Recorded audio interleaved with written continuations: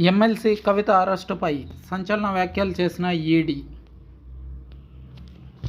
MLC కవిత అరెస్టుపై enforcement directorate ED కీలక ప్రకటన చేసింది. ఢిల్లీ లిక్కర్ స్కామ్ కేసులో బీఆర్ఎస్ ఎమ్మెల్సీ కవితను అరెస్టు చేసినట్లు వెల్లడించింది. మనీ లాండరింగ్ హవాలా చట్టం కింద శుక్రవారం సాయంత్రం 5:20 కవితను అరెస్టు చేసినట్లు తెలిపారు. కవిత అరెస్ట్ సమాచారాన్ని ఆమె భర్తకు తెలిపినట్లు ఈడీ పేర్కొంది. కవిత అరెస్టుకు సంబంధించి 14 పేజీల మెమోని వివరాలను కవిత భర్త అనిల్కు అందించామని తెలిపారు. కాగా ఇవాళ మధ్యాహ్నం నుండి హైదరాబాద్లోని కవిత ఇంట్లో సోదాలు నిర్వహించిన ఈడీ అధికారులు అరెస్టు వారెంట్ జారీ చేసి సాయంత్రం ఆమెను అదుపులోకి తీసుకున్నారు. అనంతరం కారులో శంషాబాద్ ఎయిర్పోర్ట్కు తరలించి అక్కడి నుండి స్పెషల్ ఫ్లైట్లో ఢిల్లీ తరలించేందుకు ఏర్పాట్లు చేశారు. ఢిల్లీ ఎయిర్పోర్ట్ నుండి నేరుగా కవితను ఈడీ ప్రధాన కార్యాలయానికి తీసుకెళ్లనున్న అధికారులు ఇవాళ రాత్రి ఆమెను అక్కడే ఉంచనున్నారు. రేపు శనివారం కవితకు మెడికల్ పరీక్షలు నిర్వహించి అనంతరం రౌస్ అవెన్యూ కోర్టులో హాజరుపరచనున్నట్లు సమాచారం. Delhi liquor scam